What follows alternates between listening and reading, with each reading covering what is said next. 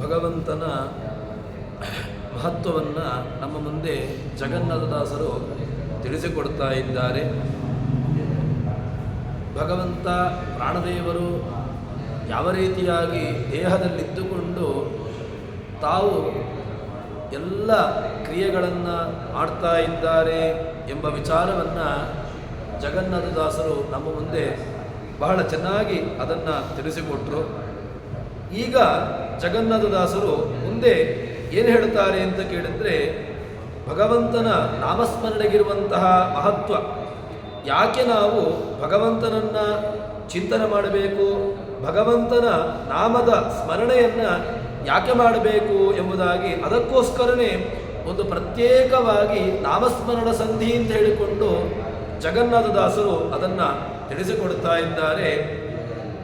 ಜಗನ್ನಾಥದಾಸರು ಈ ಸಂಧಿಯಲ್ಲಿ ಆರಂಭ ಮಾಡುವಾಗ, ಮಕ್ಕಳಾಡಿಸುವಾಗ, ಮಡದಿಯೋಳು ಅಕ್ಕರದಿ ನರಿವಾಗ, ಹಯ ಪಲ್ಲಕ್ಕಿ ಗಜ ಮೊದಲಾದ ವಾಹನಗಳೇರಿ ಮೆರೆವಾಗ, ಬಿಕ್ಕು ಉಳಿಸುವಾಗ, ಇಳುತಳಿ ದೇ ವಕ್ಕಿತನಯನ ಸ್ಮರಿಸುತಿಹ ನರಸಿಕ್ಕ ಯಮದೂತರಿಗೆ ಆವಾವಲ್ಲಿ ನೋಡಿದರು.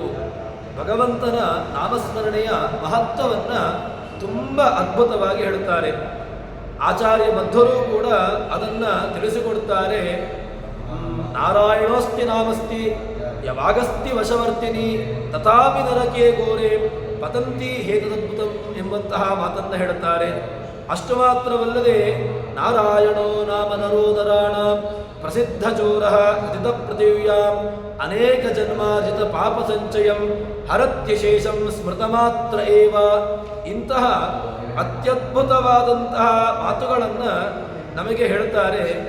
ಈಗ ಜಗನ್ನಾಥದಾಸರು ಭಗವಂತನ ನಾಮಸ್ಮರಣೆ ಇದು ಯಾವುದಕ್ಕೆ ನಮಗೆ ಉಪಕಾರ ಅಂತ ಕೇಳಿದ್ರೆ, ಎಲ್ಲ ನಾವು ಜನ್ಮಾಂತರದಲ್ಲಿ ಮಾಡಿರತಕ್ಕಂತಹ ಏನೆಲ್ಲ ನಾವು ಪಾಪಗಳಿದೆಯೋ ಅದೆಲ್ಲವನ್ನೂ ಕೂಡ ಇದು ನಾಶ ಮಾಡ್ತದೆ ಅಂತ ಹೇಳ್ತಾರೆ.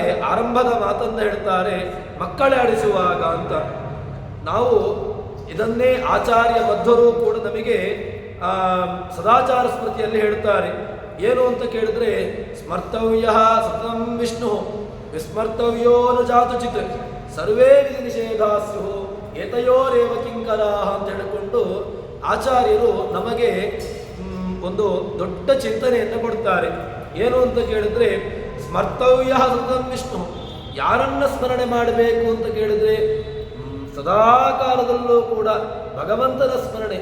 ಸ್ಮರ್ತವ್ಯ ಸತತಂ ವಿಷ್ಣು ವಿಸ್ಮರ್ತವ್ಯೋ ನ ಜಾತುಚಿತ್, ವಿಸ್ಮರಣೆ ಎಂಬುದು ಇರಲೇಬಾರದು. ಹಾಗಿದ್ರೆ ಏನೆಲ್ಲ ನಮಗೆ ವಿಧಿಗಳು ನಿಷೇಧಗಳು ಅಂತ ಏನೆಲ್ಲ ಇದೆಯೋ ಇದೆಲ್ಲವೂ ಕೂಡ ನಮಗೆ ಭಗವಂತನ ಒಂದು ಆಜ್ಞಾರೂಪವಾಗಿರುವಂತಹದ್ದು ಎಂಬಂತಹ ಮಾತನ್ನು ಹೇಳ್ತಾರೆ ಆಚಾರ್ಯರು. ಇಲ್ಲಿ ಈಗ ಜಗನ್ನಾಥದಾಸರು ಹೇಳ್ತಾರೆ, ಮಕ್ಕಳ ಆಡಿಸುವಾಗ ನಾವು ಮಕ್ಕಳನ್ನು ಲಾಲನೆ ಮಾಡ್ತೇವೆ, ಪೋಷಣೆ ಮಾಡ್ತೇವೆ, ಇದೆಲ್ಲವನ್ನೂ ಮಾಡ್ತೇವೆ. ಮಕ್ಕಳ ಆಡಿಸುವಾಗ, ಮಕ್ಕಳನ್ನು ಎತ್ತಿಕೊಂಡು ನಲಿದಾಡುವಾಗಲೂ ಕೂಡ ಭಗವಂತನ ಸ್ಮರಣೆ ಬೇಕು, ಭಗವಂತನ ಚಿಂತನೆ ಬೇಕು. ಯಾಕೆ ಅಂತ ಕೇಳಿದರೆ, ಆತ್ಮನಸ್ತು ಕಾಮಾಯ ಪ್ರಿಯಂಭವತಿ ಆತ್ಮಾವ ಅರೇ ದ್ರಷ್ಟವ್ಯ ಶ್ರೋತವ್ಯೋ ಮಂತವ್ಯೋ ನಿಧಿಧ್ಯಾಸಿತವ್ಯ ಅಂತ ನಮಗೆ ಭಾಗವತದ ಮಾತು, ಬೃಹದಾರಣ್ಯಕೋಪನಿಷತ್ತಿನ ಮಾತು. ಏನು ಅಂತ ಕೇಳಿದರೆ, ಆತ್ಮನಸ್ತು ಕಾಮಾಯ ಸರ್ವಂ ಪ್ರಿಯಂಭವತಿ, ನಮಗೆ ಎಲ್ಲವೂ ಕೂಡ ನಮಗೋಸ್ಕರ ಅಂತ ಅಲ್ಲ, ಮತ್ತೆ ಎಲ್ಲವೂ ಕೂಡ ಭಗವಂತನಿಗೋಸ್ಕರ.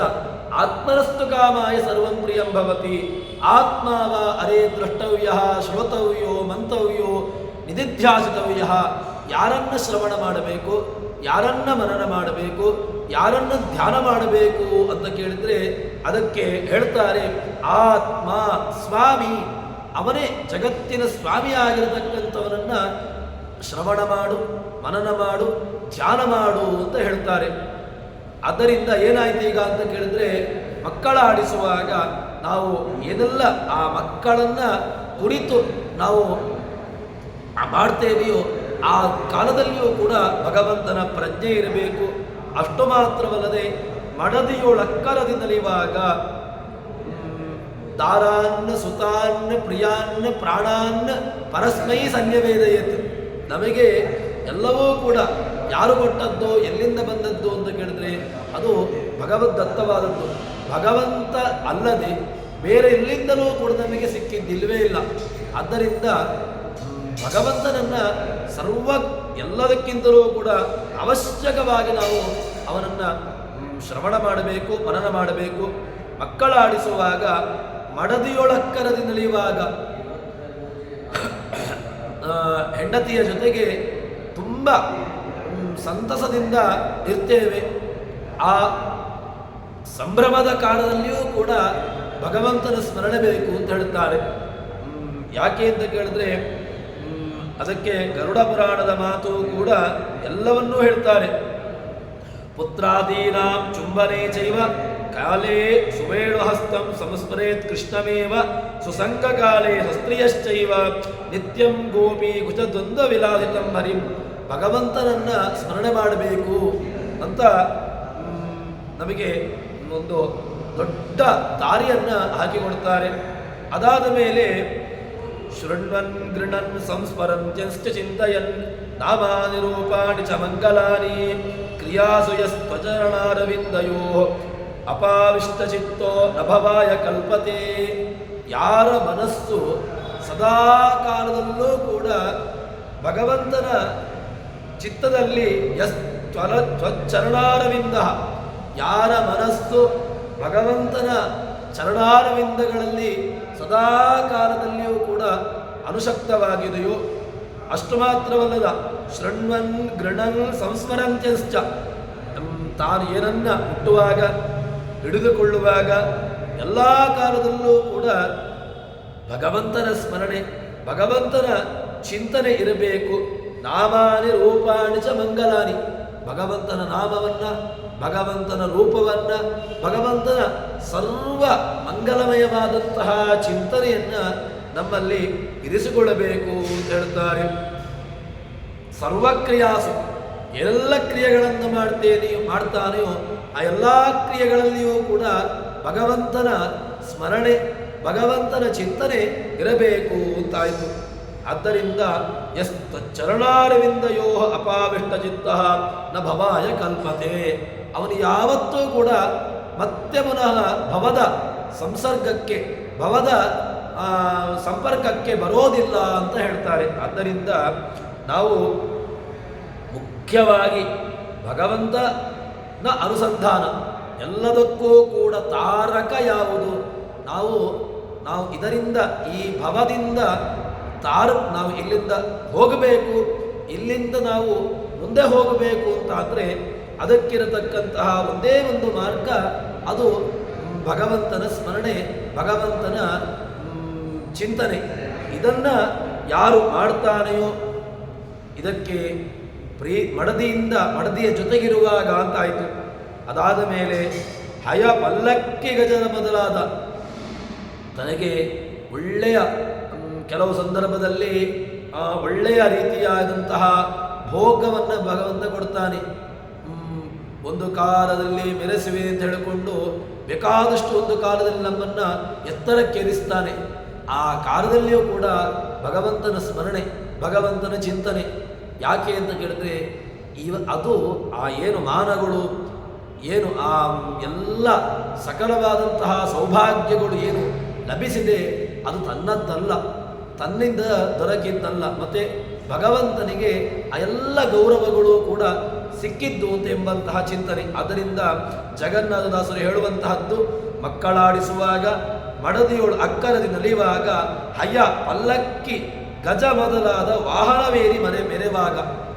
ನಾವು ವಾಹನದಲ್ಲಿಯೂ ಕೂಡ ಅತ್ಯಂತ ತ್ರಿವಿಕ್ರಮಕ್ಕೇವತು ವಿಶ್ವರೂಪ, ತ್ರಿವಿಕ್ರಮನನ್ನ ಚಿಂತನೆ ಮಾಡಬೇಕು.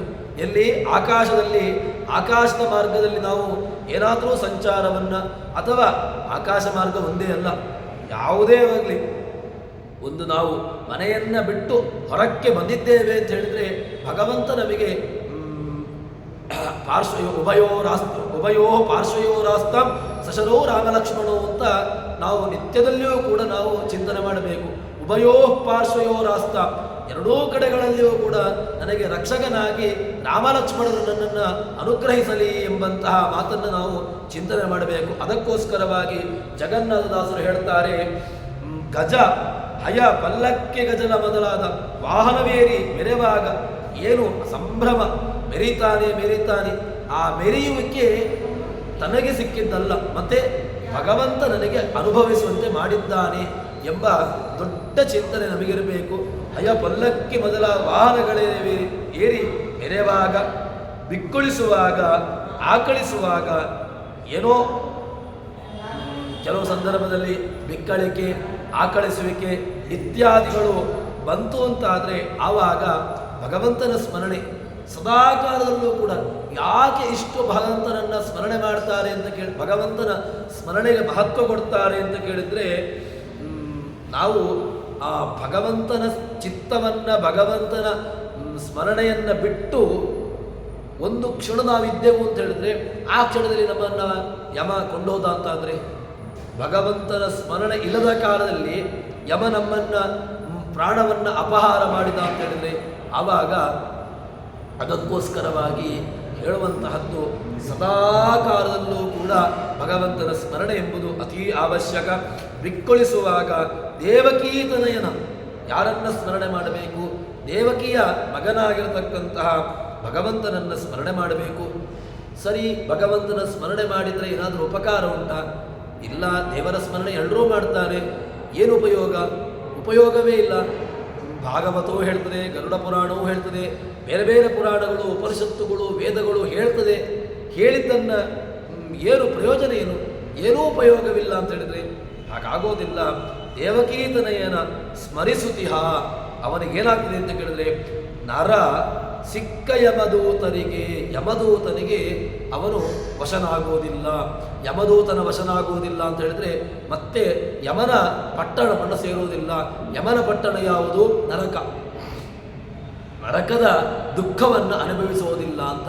ಅದಕ್ಕೋಸ್ಕರ ಭಗವಂತನ ಸ್ಮರಣೆ ಯಾವುದನ್ನು ನಾವು ಮಾಡಬೇಕು ಅಂತ ಕೇಳಿದಾಗ, ಒಂದು ಕಾಲದಲ್ಲಿಯೂ ಕೂಡ ಬಿಡದೆ ನಾವು ಯಾವುದೇ ಒಂದು ಕರ್ಮವನ್ನು ಮಾಡುವ, ಮನೆಯನ್ನು ಗುಡಿಸುವಾಗ, ಮನೆಯನ್ನು ಒರೆಸುವಾಗ, ಯಾವುದೇ ಮಕ್ಕಳನ್ನು ಪಾಠ ಮಾಡುವಾಗ, ಮಕ್ಕಳನ್ನು ಆಟ ಆಡಿಸುವಾಗ, ಯಾವುದೇ ಸಂಭ್ರಮದ ವಾತಾವರಣ ಇರಲಿ, ಏನೇ ಸಂಭ್ರಮ ಇರಲಿ, ಇದು ಭಗವಂತ ನನಗೆ ಅನುಭವಿಸುವಂತೆ ಮಾಡಿದ್ದಾನೆ ಎಂಬ ಚಿಂತನೆ. ತುಂಬ ಈ ಚಿಂತನೆ ಸಹಜವಾಗಿ ಸುಮ್ಮನೆ ಹೇಳಲಿಕ್ಕೆ ಸುಲಭ. ಯಾಕೆ ಅಂತ ಕೇಳಿದ್ರೆ, ಅಷ್ಟು ಸುಲಭದಲ್ಲಿ ಈ ಚಿಂತನೆ ನಮ್ಮ ಮನಸ್ಸನ್ನು ಹೊಕ್ಕೋದಿಲ್ಲ. ಯಾಕೆ ಅಂತ ಕೇಳಿದ್ರೆ, ಏನಾದರೂ ಕೂಡ ಆನಂದವಾಯಿತು ಅಂತ ಹೇಳಿದ್ರೆ, ಖುಷಿ ಆಯಿತು ಅಂತ ಹೇಳಿದ್ರೆ, ನನಗೇನೆ ನಾನೇ ಮಾಡಿದ್ದು, ನನ್ನಿಂದಲೇ ಅಂತ ಎಂಬಂತಹ ಅಹಂಕಾರವೇ ಬರ್ತದೆ ಹೊರತು ಈ ಒಂದು ಸಣ್ಣ ಚಿಂತನೆಯು ಕೂಡ ನಮ್ಮನ್ನು ಬಾಧಿಸೋದಿಲ್ಲ. ಅದಕ್ಕೋಸ್ಕರ ಈ ಚಿಂತನೆ ಹೇಳ್ತಾರೆ, ಪುತ್ರ ಸಂಭಾವನಮಪಿ ತತ್ರಸ್ಥಂ ವಿಷ್ಣುಂ ಸಂಭಾವಯಾಮಿ. ಏನಿದ್ರೂ ಕೂಡ ಆ ಭಗವಂತನ ಎಲ್ಲಿ ನೋಡಿದ್ರೂ ಕೂಡ ನನಗೆ ಭಗವಂತ ಕಾಣ್ತಾನೆ, ಭಗವಂತ ಒಳಗಿದ್ದುಕೊಂಡು ಮಾಡ್ತಾನೆ. ಏನು ಮಾನಗಳು ಇರಲಿ, ಏನು ಅಪಮಾನಗಳಿರಲಿ, ಇದು ಭಗವದ್ದತ್ತವಾದದ್ದು, ನಾನು ಅನುಭವಿಸಬೇಕು ಎಂಬ ಉತ್ಕೃಷ್ಟವಾದಂತಹ ಚಿಂತನೆಯನ್ನು ಇಟ್ಟುಕೊಂಡು ಯಾರು ಇರ್ತಾನೋ ಅವನಿಗೆ ಯಮದೂತನ ದರ್ಶನವಾಗುವುದಿಲ್ಲ. ಯಮದೂತನ ಯಾವ ಕಾಲಕ್ಕೂ ಕೂಡ ಅವನಿಗೆ ಯಮದೂತನ ದರ್ಶನವಾಗುವುದಿಲ್ಲ ಅಂತ ಹೇಳ್ತಾರೆ. ಅದಕ್ಕೆ ಭಗವದ್ಗೀತೆಯ ಮಾತನ್ನು ಇಲ್ಲಿ ನಾವು ಇದಕ್ಕೆ ಅನುಸಂಧಾನ ಮಾಡಿಕೊಳ್ಳಬೇಕು. ಭಗವದ್ಗೀತೆಯಲ್ಲಿ ಏನು ಕೃಷ್ಣ ಹೇಳಿದ್ದಾನೋ ಅದನ್ನು ಜಗನ್ನಾಥದಾಸರು ಹೇಳ್ತಾ ಇದ್ದಾರೆ. ನೈವ ಕಿಂಚಿತ್ ಕರೋಮೀತಿ ಯುಕ್ತೋ ಮನ್ಯೇದ ತತ್ವವಿತ್ ಪಶ್ಯನ್ ಶೃಣ್ವನ್ ಸ್ಪೃಶನ್ ಜಿಘ್ರನ್ ಅನಶ್ನನ್ ಗಚ್ಚನ್ ಸ್ವವನ್ ಶ್ವಸನ್ ಪ್ರಲಪನ್ ವಿಸೃಜನ್ ಗೃಹ್ಣನ್ ಉನ್ಮಿಷನ್ ನಿಮಿಷನ್ನಪಿ ಇಂದ್ರಿಯಾರ್ಥೇಷು ವರ್ತಂತ ಇದು ಧಾರಯನ್. ಗೀತೆಯ ಮಾತು, ಕೃಷ್ಣ ಅರ್ಜುನನಿಗೆ ಹೇಳುವಂತಹ ಮಾತು. ಎಲ್ಲರೂ ಸಾಯ್ತಾರೆ, ನನ್ನವರು ಸಾಯ್ತಾರೆ, ಎಲ್ಲರೂ ಹೋಗ್ತಾರೆ ಎಂಬುದಾಗಿ ದುಃಖಿತನಾದಾಗ ದುಃಖಗೊಂಡಿರತಕ್ಕಂತಹ ಅರ್ಜುನನನ್ನು ಒಂದಷ್ಟು ಮಾತುಗಳನ್ನು ಹೇಳುವ ಮೂಲಕವಾಗಿ, ಉಪದೇಶಗಳನ್ನು ಮಾಡುವ ಮೂಲಕವಾಗಿ ಅವನನ್ನು ಎಬ್ಬಿಸ್ತಾನೆ. ನೈವ ಕಿಂಚಿತ್ ಕರೋಮೀತಿ, ಮಾಡಲಿಕ್ಕೆ ನೀನು ಯಾರು? ನೈವ ಕಿಂಚಿತ್ ಕರೋಮಿ, ಮಾಡುವಂತಹದ್ದು ನೀನಲ್ಲ. ನೈವ ಕಿಂಚಿತ್, ನೀನು ಮಾಡಲಿಕ್ಕೆ ಯಾರು? ನೀನು ಪೂರ್ಣವಾಗಿ ಅಸ್ವತಂತ್ರ. ಆದ್ದರಿಂದ ನೈವ ಕಿಂಚಿತ್ ಕರೋಮೀತಿ ಯುಕ್ತೋ ಮನ್ಯೇ ತತ್ವವಿತ್. ಇದನ್ನು ಹೀಗೆ ಯಾರು ತಿಳ್ಕೊಳ್ತಾನೆ ಕೇಳಿದ್ರೆ, ತತ್ವವಿತ್, ಯಾರು ತತ್ವಜ್ಞಾನಿ ಇದ್ದಾನೋ, ಯಾರು ಒಳ್ಳೆಯ ಯಥಾರ್ಥವಾದಂತಹ ಜ್ಞಾನಿ ಇದ್ದಾನೋ ಅವನು ಇದನ್ನು ತಿಳ್ಕೊಳ್ತಾನೆ, ಯಥಾರ್ಥವಾಗಿ ತಿಳ್ಕೊಳ್ತಾನೆ. ಪಶ್ಯನ್, ನೋಡುವುದಾಗಲಿ, ಶೃಣ್ವನ್, ಕೇಳುವುದು, ಸ್ಪೃಶನ್, ಮುಟ್ಟುವಂತಹದ್ದು, ಗೃಣ್ಣನ್, ಅಶ್ನನ್, ಏನು ತಿಂತಾನೋ, ಸ್ವಪನ್, ನಡೆಯುವಿಕೆ, ಮಲಗುವಿಕೆ, ಮತ್ತು ಶ್ವಾಸೋಚ್ಛ್ವಾಸಗಳು, ಪ್ರಲಪನ್, ಮಾತನಾಡುವಿಕೆ, ವಿಸರ್ಜನೆ ಮಾಡುವಂತಹದ್ದು, ಹಿಡಿದುಕೊಳ್ಳುವಂತಹದ್ದು ಎಲ್ಲವೂ ಕೂಡ ಉನ್ಮಿಷನ್ನಪಿ.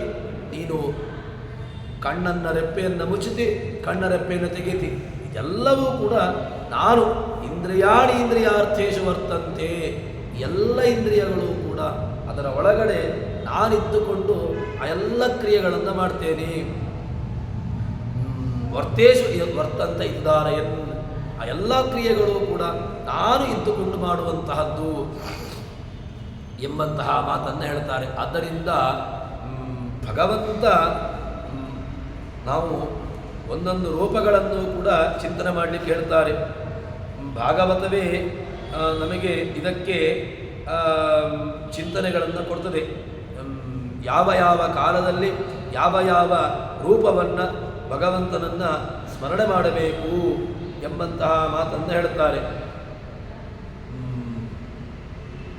ಎಲ್ಲ ಪ್ರಾತಃ ಕಾಲದಲ್ಲಿ ನಾರಾಯಣ, ಶೌಚಕಾಲದಲ್ಲಿ ಕೇಶವ, ದತ್ತನಾಮದಲ್ಲಿ ಹರಿ, ಗೋಸೇವೆಯಲ್ಲಿ ಗೋವರ್ಧನ ರೂಪಿಯಾಗಿರತಕ್ಕಂತಹ ಭಗವಂತ, ಸ್ತನ್ಯಪಾನವನ್ನು ಮಾಡುವಾಗ ಬಾಲಕೃಷ್ಣ, ವಸ್ತ್ರಧಾರಣ ಕಾಲದಲ್ಲಿ ಉಪೇಂದ್ರ ನಾಮಕ, ಹೀಗೆ ಎಲ್ಲ ಪ್ರತ್ಯೇಕವಾದಂತಹ ಕಾಲಕ್ಕೆ ಪ್ರತ್ಯೇಕವಾದಂತಹ ರೂಪದ ಚಿಂತನೆಯನ್ನು ನಮಗೆ ತೋರಿಸಿಕೊಡ್ತಾರೆ. ಆಸೀನಃ ಸಂವಿಶಂಸ್ತಿಷ್ಠನ್ ಭುಂಜಾನ ಪರ್ಯಟನ್ ಪಿಬನ್ ಚಿಂತಯಾನೋ ಋಷಿಕೇಶಂ ಅಪಶ್ಯನ್ ತನ್ಮಯಂ ಜಗತ್ ಪತಿತಸ್ಖಲಿತೋ ಭಗ್ನ ಸಂದಷ್ಟ ಸ್ತಪ್ತ ಆಹತ ಹರಿತ್ಯಮಶೇನಾಹ ಪುಮಾನ್ ಅರ್ಹತಿ ಯಾತನಾ ಹರಯೇ ನಮಃ ಇತ್ಯಿಚ್ಚೈರ್ಮುಚ್ಯತೆ ಸರ್ವಪಾತಕಾತ್. ಯಾರು ಹರಯೇ ನಮಃ ಭಗವಂತನನ್ನ ಉಚ್ಚೈ ಸರ್ವಪಾತಕಾತ್ ಪ್ರಮುಚ್ಯತೆ, ಎಲ್ಲ ಪಾತಕಗಳಿಂದಲೂ ಕೂಡ ಅವನು ಮುಕ್ತನಾಗ್ತಾನೆ ಅಂತ. ಇಷ್ಟು ಭಗವಂತನ ಮಹತ್ವ, ಭಗವಂತನ ನಾಮಸ್ಮರಣೆಗೆ, ಭಗವಂತನ ನಾಮಸ್ಮರಣೆಯ ಮಹತ್ವವನ್ನು ನಮಗೆ ತೋರಿಸಿಕೊಡುತ್ತಾರೆ. ಅದಕ್ಕೆ ಪಾಂಚರಾತ್ರ ಪುರಾಣದಲ್ಲಿ ಬೇರೆ ಬೇರೆ ಪುರಾಣದಲ್ಲಿರತಕ್ಕಂತಹ ಮಾತನ್ನು ಇಲ್ಲಿ ನಾವು ನೋಡಬಹುದು. ಹೀಗೆ ಭಗವಂತನ ಸ್ಮರಣೆಯನ್ನು ಬೇರೆ ಬೇರೆ ಕಾಲದಲ್ಲಿ ಬೇರೆ ಬೇರೆ ರೀತಿಯಾಗಿ ಮಾಡಿದಾಗ ಆವಾಗ ದೇವಕಿತನಯನ ಸ್ಮರಿಸುತ್ತಿಹ ನರ ಸಿಕ್ಕ ಯಮದೂತರಿಗೆ ಅವನು ಯಾವತ್ತೂ ಕೂಡ ಯಮದೂತರ ವಶನಾಗುವುದಿಲ್ಲ, ಯಮದೂತರ ವಶವಾಗಿ ಇರೋದಿಲ್ಲ ಎಂಬಂತಹ ದೊಡ್ಡ ರಹಸ್ಯವನ್ನು ನಮಗೆ ದಾಸರು ಏನು ಪುರಾಣದಲ್ಲಿ ಭಾಗವತ ಅದೇ ರೀತಿಯಾಗಿ ಬೇರೆ ಬೇರೆ ಕಡೆಗಳಲ್ಲಿರತಕ್ಕಂತಹ ವಿಚಾರವನ್ನು ಜಗನ್ನಾಥದಾಸರು ನಮ್ಮ ಮುಂದೆ ತೆರೆದಿಡ್ತಾ ಇದ್ದಾರೆ. ಅದಾದ ಮೇಲೆ ಮುಂದೆ ಸರಿತು ಪ್ರವಾಹಗಳಲ್ಲಿ ದಿವ್ಯಾಂಬರದಿ ಪತ್ರಾದಿ ಹರ್ಷಾವರ್ಷ ವಿಸ್ಮೃತಿಯಿಂದ ಇಂದಾಗಲಿ ಒಮ್ಮೆ ಬಾಯಿ ತೆರೆದು ಹರಿ ಎಂಬ ಎರಡಕ್ಷರ ನುಡಿ ಮಾತ್ರದಲ್ಲಿ ದುರಿತಗಳಿರದೆ ಕೋಪವು ತೂಲರಾಶಿಯೊಡನ ಅನಲ ಪೊಕ್ಕಂತೆ. ದೃಷ್ಟಾಂತ ಕೊಡ್ತಾರೆ, ಒಳ್ಳೆಯ ದೃಷ್ಟಾಂತ. ತೂಲರಾಶಿಯಲ್ಲಿ ಅನಲ ಪೊಕ್ಕಂತೆ, ದೊಡ್ಡ ಒಂದು ಹತ್ತಿಯ ರಾಶಿ, ಹತ್ತಿಯ ರಾಶಿಗೆ ಸಣ್ಣ ಕಿಡಿ ಬಿತ್ತು ಅಂತ ಅಂದರೆ ಎಲ್ಲ ಏನು ಆ ಹತ್ತಿಯ ರಾಶಿ ಉರಿದು ಭಸ್ಮವಾಗಿ ಹೋಗ್ತದೆ. ಹಾಗಿದ್ದರೆ ಇದೇ ದೃಷ್ಟಾಂತವನ್ನು ಭಗವಂತನ ಸ್ಮರಣೆಯ ಚಿಂತನೆಯಲ್ಲಿ ನಮಗೆ ಕೊಡ್ತಾರೆ. ಏನು ಅಂತ ಕೇಳಿದ್ರೆ, ಸರಿತ ಪ್ರವಾಹಗಳಲ್ಲಿ ನದೀ ಸ್ನಾನವನ್ನು ಹೇಳ್ತಾರೆ. ನಮಗೆ ನದೀ ಸ್ನಾನ, ಸಮುದ್ರ ಸ್ನಾನ ಇತ್ಯಾದಿಗಳೆಲ್ಲ ಇದು ಮಾಡಲೇಬೇಕಾಗಿರತಕ್ಕಂತಹದ್ದು. ನದೀ ಸ್ನಾನ ಅದು ತೀರ್ಥಕ್ಷೇತ್ರದಲ್ಲಿ ಇರುವಂತಹದ್ದು ಮಾಡ್ತೇವೆ. ಇನ್ನು ಸಮುದ್ರ ಸ್ನಾನವನ್ನು ಮಾಡುವಾಗ ಸಮುದ್ರವನ್ನು ಬೇರೆ ದಿವಸಗಳಲ್ಲಿ ಮುಟ್ಟಬಾರದು ಅಂತ ಇದೆ. ಕೇವಲ ಸಂಕ್ರಾಂತಿ, ಅಮಾವಾಸ್ಯ, ಗ್ರಹಣ ಇತ್ಯಾದಿ ಕಾಲಗಳಲ್ಲಿ ಮಾತ್ರ ಸಮುದ್ರವನ್ನು ಹೋಗಿ ಸ್ಪರ್ಶ ಮಾಡಬೇಕು. ಸಮುದ್ರದಲ್ಲಿ ನಾವು ಸ್ನಾನಾದಿಗಳನ್ನು ಮಾಡಬೇಕು ಅಂತ ನಿಯಮ. ಇದರಲ್ಲಿ ಹೇಳ್ತಾರೆ, ಸರಿತ್ ಪ್ರವಾಹಗಳಲ್ಲಿ, ನದಿ ಪ್ರವಾಹದಲ್ಲಿ ಸ್ನಾನವನ್ನು ಮಾಡುವಾಗ, ಮತ್ತು ದಿವ್ಯಾಂಬರದಿ ಒಳ್ಳೆಯ ಬಟ್ಟೆಯನ್ನು ಧಾರಣೆ ಮಾಡುವಾಗ, ಅಷ್ಟು ಮಾತ್ರವಲ್ಲದೆ ಪತ್ರಾದಿಯಲ್ಲಿ ಹರ್ಷಾಮರ್ಷ ವಿಸ್ಮೃತಿಯಿಂದ, ಏನೇ ಆಗಲಿ ಹರ್ಷ, ಕೋಪ, ಆನಂದ ಇದೆಲ್ಲವೂ ಕೂಡ ಏನಿದ್ರೂ ಕೂಡ ಹೇಳ್ತಾರೆ, ಒಮ್ಮೆ ಬಾಯಿ ತೆರೆದು ನೀವು ಮನಸ್ಸಿನಿಂದ ಅಲ್ಲ, ಬಾಯಿಯನ್ನು ಬಿಟ್ಟು ಹರಯೇ ನಮಃ, ಭಗವಂತ ನಾರಾಯಣ ಇತ್ಯಾದಿ ನಾಮಗಳನ್ನು ನಾವು ಸ್ಮರಣೆ ಮಾಡಿದೆವು, ಇದನ್ನು ಉಚ್ಚಾರ ಮಾಡಿದೆವು ಅಂತಾದರೆ ಏನಾಗ್ತದೆ ಅಂತ ಕೇಳಿದರೆ, 2 ಅಕ್ಷರ ನುಡಿದ ಮಾತ್ರದಲ್ಲಿ ಈ 2 ಅಕ್ಷರಗಳನ್ನು ನಾವು ಹೇಳಿದೆವು ಅಂತಾದರೆ ದುರಿತಗಳಿರದೆ, ನಮ್ಮ ಏನು ದುರಿತಗಳಿದೆ ಎಲ್ಲ ದುರಿತಗಳು ಕೂಡ ಕೋಪವು ನಮ್ಮ ಪೂರ್ವಜನ್ಮದಲ್ಲಿ, ಜನ್ಮಾಂತರದಲ್ಲಿ, ಯಾವುದೋ ಜನ್ಮಾಂತರದಲ್ಲಿ ಮಾಡಿರ್ತಕ್ಕಂತಹ ಏನು ಪಾಪಗಳಿದೆ ಅದೆಲ್ಲವೂ ಕೂಡ ನಾಶವಾಗ್ತದೆ. ತೂಲರಾಶಿಗಳು ಅನಲ ಪೊಕ್ಕಂತೆ. ಹೇಗೆ ಅಂತ ಕೇಳಿದರೆ, ದೊಡ್ಡ ಹತ್ತಿಯ ರಾಶಿಗೆ ಬೆಂಕಿ ಬಿದ್ದರೆ ಯಾವ ರೀತಿಯಾಗಿ ಸುಟ್ಟು ಭಸ್ಮವಾಗಿ ಹೋಗ್ತದೋ ಆ ಎಲ್ಲವೂ ಕೂಡ ನಾಶವಾಗಿ ಹೋಗ್ತದೆ ಅಂತ. ಅದಕ್ಕೋಸ್ಕರ ಕೃಷ್ಣಾಮೃತ ಮಹಾರ್ಣವದ ಮಾತನ್ನು ನಾವು ಇಲ್ಲಿ ಅವಲೋಕನ ಮಾಡಬೇಕು, ಅನುಸಂಧಾನ ಮಾಡಬೇಕು, ಚಿಂತನೆ ಮಾಡಬೇಕು. ಹೇಗೆ ಅಂತ ಕೇಳಿದರೆ, ಗೋವಿಂದ ಸ್ಮರಣಂ ಪಂಸ ಪಾಪರಾಶಿ ಮಹಾಜಲಂ ಅಸಂಶಯಂ ದಹತ್ಯಾಶು ತೂಲರಾಶಿ ವಿಮಾನಲಃ. ಹೇಗೆ ಬೆಂಕಿ ಇಡೀ ದೊಡ್ಡ ಹತ್ತಿಯ ರಾಶಿಯನ್ನು ನಾಶ ಮಾಡಿದೋ ಅದೇ ರೀತಿಯಾಗಿ ಭಗವಂತನ ಸ್ಮರಣೆ ಎಲ್ಲ ನಮ್ಮ ಜನ್ಮಾಂತರದಲ್ಲಿ ಜನ್ಮಾಂತರದಲ್ಲಿ ಮಾಡಿರತಕ್ಕಂತಹ ಎಲ್ಲ ಮಹಾಜಲ ಬೆಟ್ಟದಂತಿರತಕ್ಕಂತಹ ಪಾಪವನ್ನು ನಾಶ ಮಾಡಿ ಹಾಕ್ತದೆ ಅಂತ ಹೇಳ್ತಾರೆ. ಅಷ್ಟು ಮಾತ್ರವಲ್ಲದೆ ಹರಿರ್ಯಾತಿ ದಸ್ಯುವ್ಯಾದೇನ ಯೋವದೇತ್ ಸೋಪಿ ಸದ್ಗತಿ ಮಾಪವತಿ ಕಥಂ ಸುಕೃತಿನೋ ಯಥಾ. ಎಷ್ಟು ಸ್ಮರಣ ಮಾಡ್ತಾರೆ, ಎಷ್ಟು ಹೇಳ್ತಾರೆ ಅಂತ ಕೇಳಿದರೆ, ಹರಿ ಒಬ್ಬ ಕಳ್ಳ ಓಡ್ತಾ ಇದ್ದಾನೆ, ಆ ಕಳ್ಳ ಓಡ್ತಾ ಇದ್ದಾನೆ ಅಂತ ಹರಿ ಅಂತ ಹೇಳ್ತಾ ಇರುವಾಗ ಆ ಕಳ್ಳ ಎಂಬಂತಹ ಅರ್ಥವನ್ನು ಇಟ್ಟುಕೊಂಡೂ ಕೂಡ ಹರಿರ್ಯಾದಿ ದಸ್ಯುವ್ಯಾಜೇನ, ಕಳ್ಳತನವನ್ನು ಮಾಡುವಂತಹ ಕಳ್ಳ ಓಡ್ತಾ ಇದ್ದಾನೆ ಎಂಬ ವ್ಯವಸ್ಥೆಯಿಂದ ನೀವು ಹರಿ ಶಬ್ದವನ್ನು ಪ್ರಯೋಗ ಮಾಡಿದ್ರಿ ಅಂತಾದರೆ ಆವಾಗಲೂ ಕೂಡ ನಿಮಗೆ ಅನಂತವಾಗಿರತಕ್ಕಂತಹ ಪುಣ್ಯವನ್ನು ಹೇಳ್ತಾರೆ.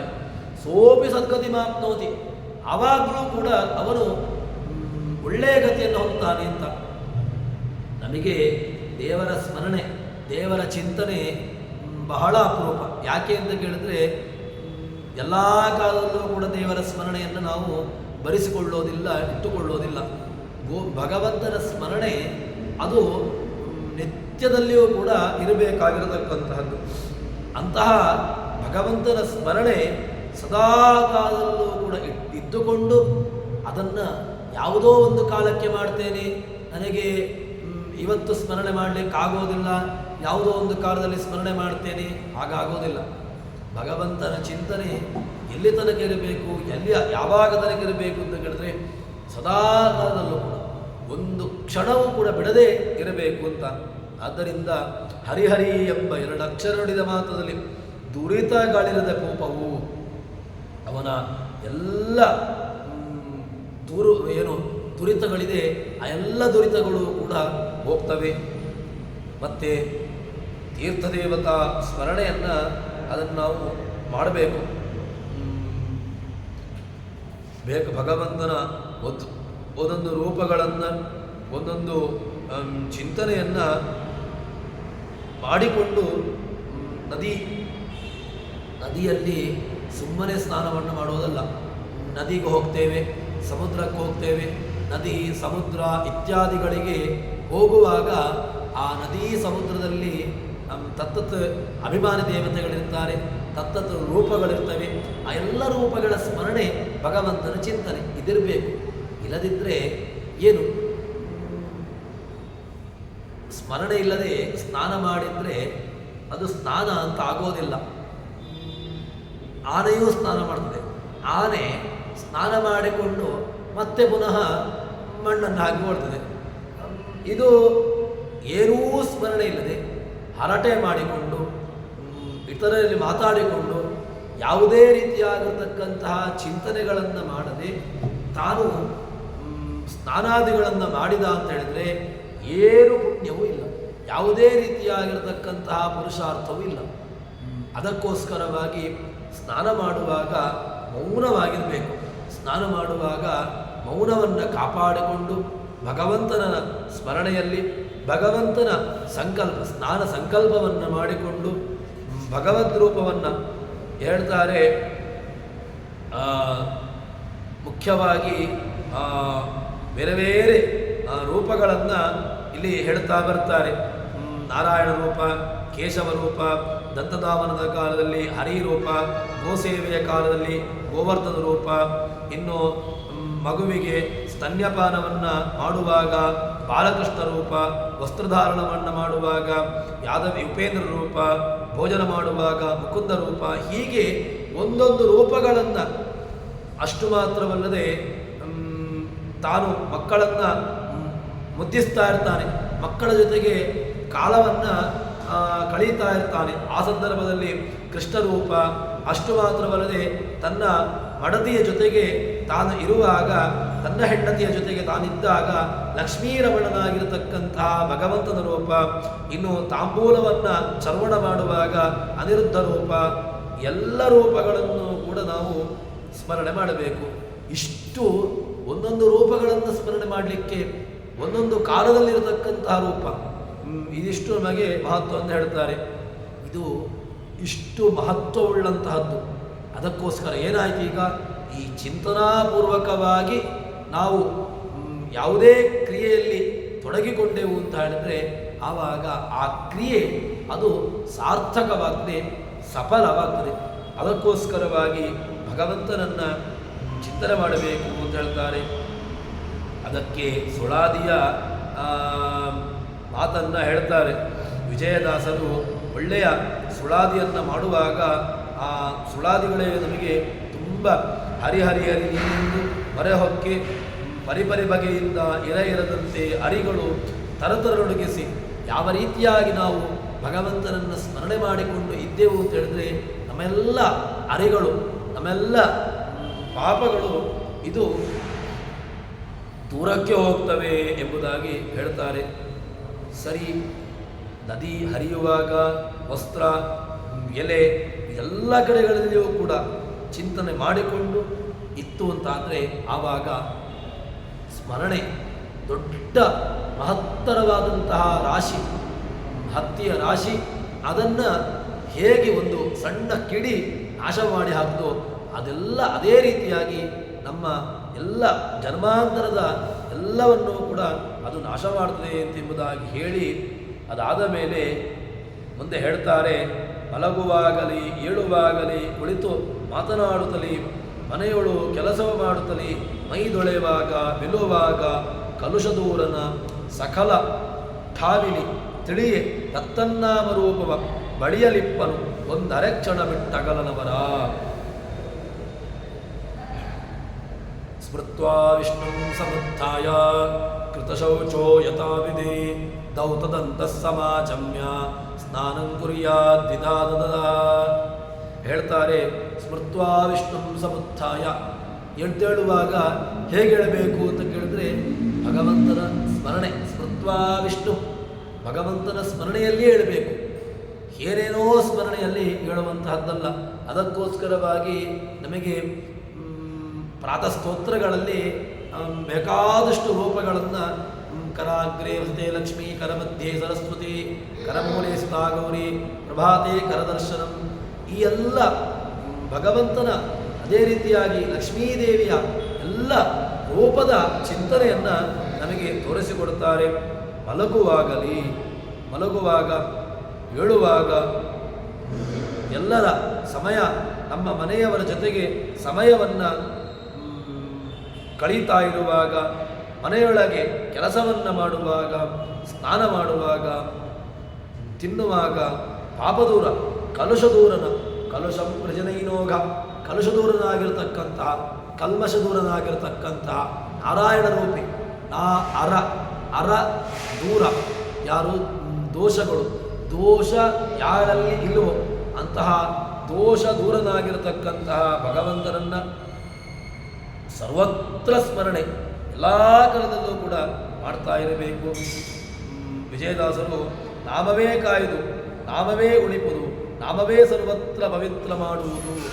ನಮ್ಮನ್ನು ಪವಿತ್ರ ಮಾಡುವುದು ಯಾವುದು ಅಂತ ಕೇಳಿದ್ರೆ ನಾಮ, ಭಗವಂತನ ನಾಮ ನಮ್ಮೆಲ್ಲ ಪಾಪಗಳನ್ನು, ನಮ್ಮೆಲ್ಲ ದೋಷಗಳನ್ನು ಅದು ನಾಶ ಮಾಡಲಿಕ್ಕೆ ಸಾಮರ್ಥ್ಯವುಳ್ಳದ್ದು ಎಂಬುದಾಗಿ ಹೇಳ್ತಾರೆ.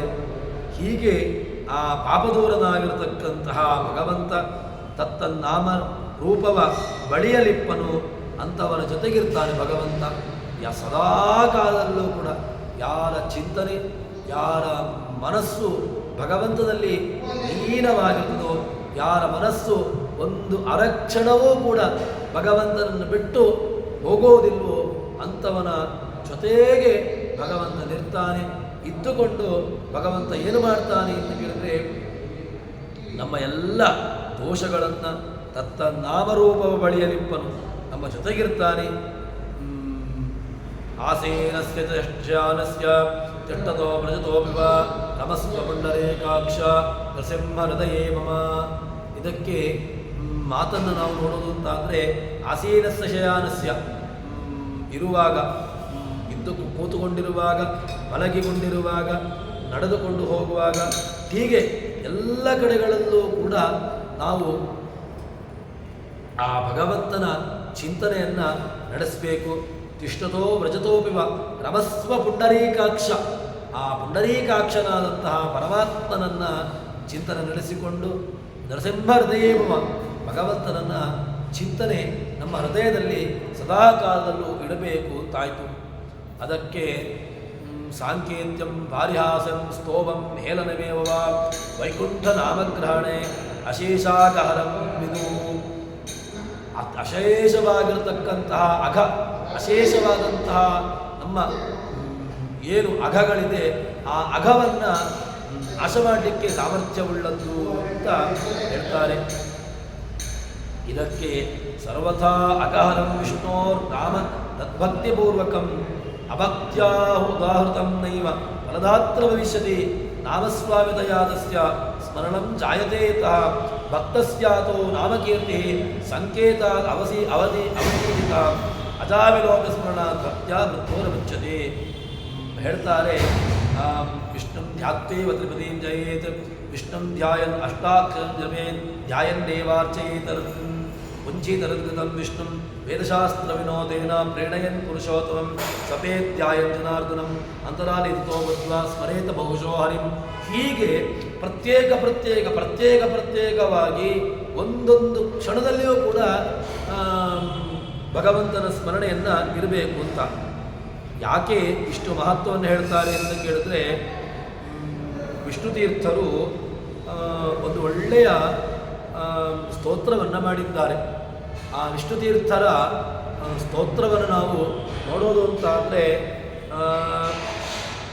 ಶ್ರೀಕೃಷ್ಣಮನ್ಮರಣ ಕಾಲಮುಪಾಗತೇತು ತನ್ನಾಮನ್ಮಧ್ವಚನ ಗೋಚರತಾಪೈತು. ಗೋವಿಂದ ಅಂತ ಹೇಳಿಕೊಂಡು ಅವರು ತುಂಬ ಅತ್ಯದ್ಭುತವಾದಂತಹ ವಿಷ್ಣು ತೀರ್ಥರ ಸ್ತೋತ್ರವನ್ನು ನೋಡೋದು ಅಂತ ಅಂದರೆ, ಶ್ರೀಕೃಷ್ಣ ಮನ್ಮರಣ ಕಾಲ ಉಪಾಗತೇತು ತ್ವನ್ನಾಮಧ್ವಚನ ಗೋಚರತಾಪೈತು. ನನ್ನ ಮನಸ್ಸಿನಲ್ಲಿ ಯಾರ ಮಾತು ಇರಬೇಕು ಅಂತ ಕೇಳಿದರೆ, ಯಾರ ನೆನಪಿರಬೇಕು ಅಂತ ಕೇಳಿದರೆ, ಮರಣಕಾಲ ಉಪಾಗತೇತು ತ್ವನ್ನಾಮಧ್ವಚನ ಗೋಚರತಾಪೈತು. ನಿನ್ನ ನಾಮ ಸ್ಮರಣೆ ನನ್ನ ಬಾಯಿಯಲ್ಲಿರಲಿ, ಇದನ್ನು ಹೇಳ್ತಾರೆ. ಯಾಕೆ ಅಂತ ಕೇಳಿದರೆ, ಅದಕ್ಕೆ ಆಚಾರ್ಯರ ಮಾತನ್ನು ನಾವು ನೋಡುವುದು ಅಂತಾದರೆ ಅಂತರಾಲೆ ನಾವು ಸಂತತಂ ಚಿಂತೆಯೇನಂತಂ ಅಂತಕಾಲೇ ವಿಶೇಷತಃ ಯಾವತ್ತೂ ಕೂಡ ಸ್ಮರಣೆ ಮಾಡಬೇಕು. ಅಂತಕಾಲದಲ್ಲಿ ಇನಂತಂ ವಿಶೇಷತಃ ಇನಂತಂ ಅಂತಕಾಲೇ ವಿಶೇಷತಃ ಸ್ಮರೇತ.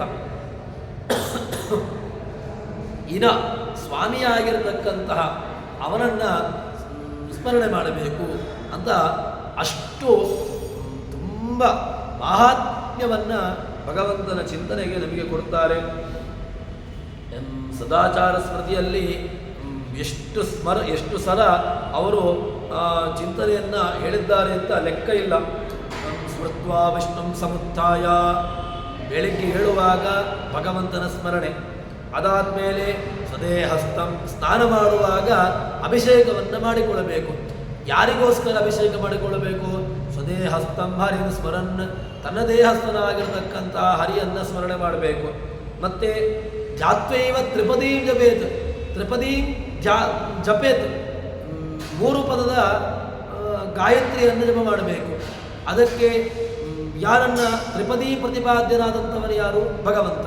ತ್ರಿಪದಿಯಲ್ಲಿ 3 ವೇದಗಳಲ್ಲಿ ಪ್ರತಿಪಾದ್ಯಮಾನವಾದಂಥವನು. ಅದಾದಮೇಲೆ ಅಷ್ಟಾಕ್ಷರಂ ಜಪೇತು, ಅದಾದಮೇಲೆ ಅಷ್ಟಾಕ್ಷರಂ ಜಪೇತು, ಅಷ್ಟಾಕ್ಷರ ಪ್ರತಿಪಾದ್ಯನಾದಂತಹ ಭಗವಂತನನ್ನು.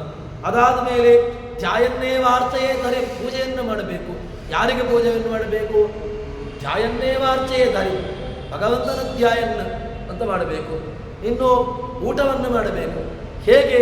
ಭುಂಜೀತ ಹೃದ್ಗತಂ ವಿಷ್ಣು ಸ್ಮರಂತಂ ಗತಮಾನಸ, ಭುಂಜೀತ ಹೃದ್ಗತಂ ವಿಷ್ಣು, ಹೃದ್ಗತನಾಗಿರ್ತಕ್ಕಂತಹ ಭಗವಂತನನ್ನು ಸ್ಮರಣೆ ಮಾಡಬೇಕು. ಅದಾದಮೇಲೆ ದಿನವನ್ನು ಕಳೆಯಬೇಕು. ಹೇಗೆ ಕಳೆಯಬೇಕು ಅಂತ ಕೇಳಿದ್ರೆ, ವೇದಶಾಸ್ತ್ರ ವಿನೋದೇನ ಪ್ರೇರಣೆಯನ್ನು ಪುರುಷೋತ್ತಮ, ಕಾಲವನ್ನು ಜ್ಞಾಪನ ಮಾಡುವುದು ಭಗವಂತನ ಸ್ಮರಣೆಯಲ್ಲಿ. ಅಷ್ಟು ಮಾತ್ರವಲ್ಲದೆ ಸ್ವಪೇಧ್ಯಾಯಂ ಜನಾರ್ದನ, ಮಲಗುವಾಗಲೂ ಕೂಡ ಧ್ಯಾನ ಮಾಡುವ ಭಗವಂತನ ಜನಾರ್ದನ ರೂಪವನ್ನು ಚಿಂತನೆ ಮಾಡಬೇಕು. ಅಂತರಾಳೆ ಮಧ್ಯದಲ್ಲಿ ಎಚ್ಚರ ಆಯಿತು, ಎಚ್ಚರಾದಾಗಲೂ ಕೂಡ ನಿನಗೆ ಸುಮ್ಮನೆ ಎಚ್ಚರ ಆಗಲಿಕ್ಕಿಲ್ಲ. ಆವಾಗಲೂ ಕೂಡ ನೀನು ಅವನ ಎಚ್ಚರೆಯಲ್ಲಿ ನಿನ್ನಿರಬೇಕು. ಹೀಗೆ ಎಷ್ಟು ಬಾರಿ ಭಗವಂತನ ಸ್ಮರಣೆಗೆ ಮಹತ್ವ ಕೊಟ್ಟಿದ್ದಾರೆ ಅಂತ ಕೇಳಿದ್ರೆ, ಅಷ್ಟು ಮಹತ್ವವನ್ನು ನಮಗೆ ಜಗನ್ನಾಥದಾಸರು ಏನು ಶಾಸ್ತ್ರಗಳ ತಾತ್ಪರ್ಯ, ಶಾಸ್ತ್ರಗಳ ಹಿನ್ನೆಲೆ ಏನಿತ್ತು ಅದರ ಹಿನ್ನೆಲೆಯಲ್ಲಿ ಜಗನ್ನಾಥದಾಸರು ಈ ನಾಮಸ್ಮರಣ ಸಂಧಿಯಲ್ಲಿ ಭಗವಂತನ ಚಿಂತನೆಯನ್ನು ನಮ್ಮ ಮುಂದೆ ತೆರಳುತ್ತಾ ಇದ್ದಾರೆ. ಇನ್ನೂ ಇದಕ್ಕಿಂತ ವಿಸ್ತೃತವಾದಂತಹ ರೂಪವನ್ನು ನಾವು ನೋಡಲಿಕ್ಕಿದೆ.